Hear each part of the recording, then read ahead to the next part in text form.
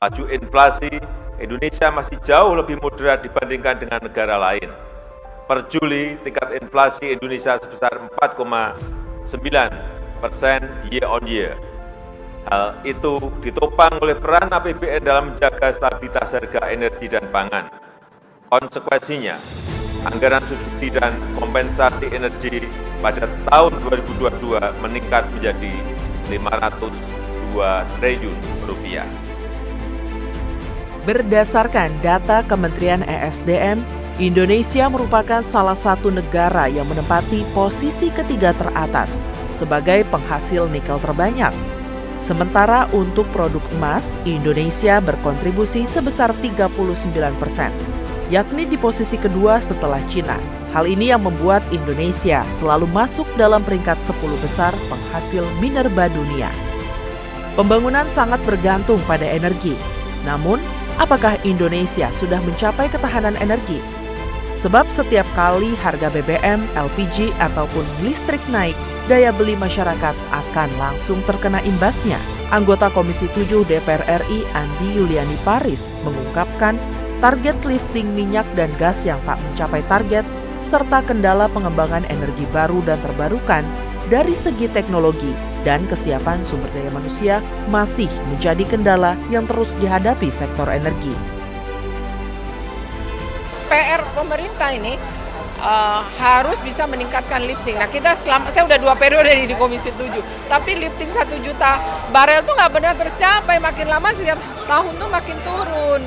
Nah, saya nggak tahu apakah perlu ada inovasi, ya, harus ada political will juga untuk meningkatkan lifting ini.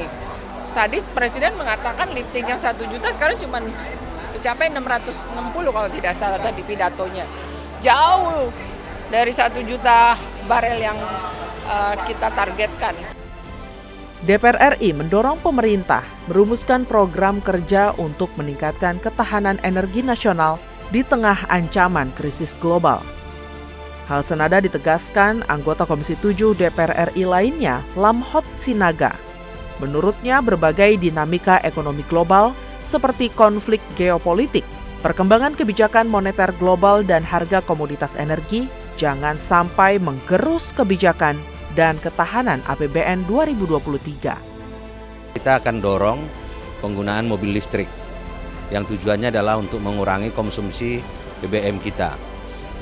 Kemudian juga batubara. Batubara juga tata kelola batubara ini harus kita perhatikan betul ya, dengan pembentukan BLU ya, BLU tentang pengelolaan tata kelola batubara.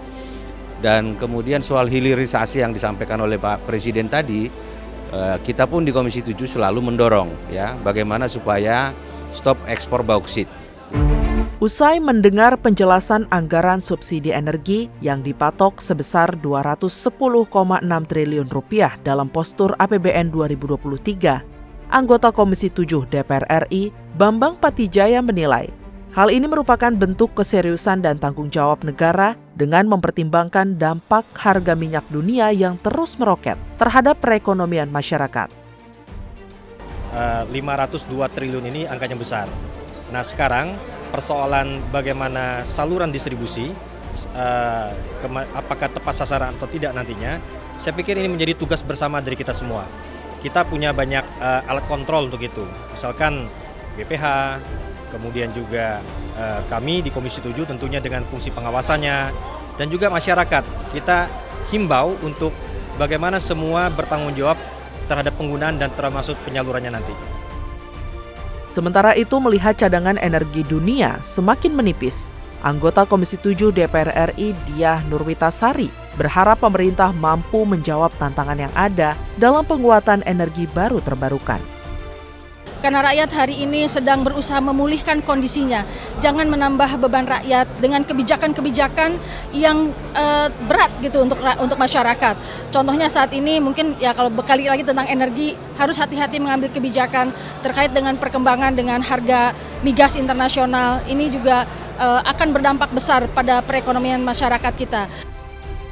Pada perayaan ulang tahun Republik Indonesia yang ke-77 tahun ini, kedaulatan dan ketahanan energi perlu menjadi perhatian serius. Sebab Jika tidak berhati-hati, lonjakan harga energi dunia bisa menyeret pertumbuhan ekonomi negara yang sedang dalam masa pemulihan. Tim Liputan TVR Parlemen melaporkan.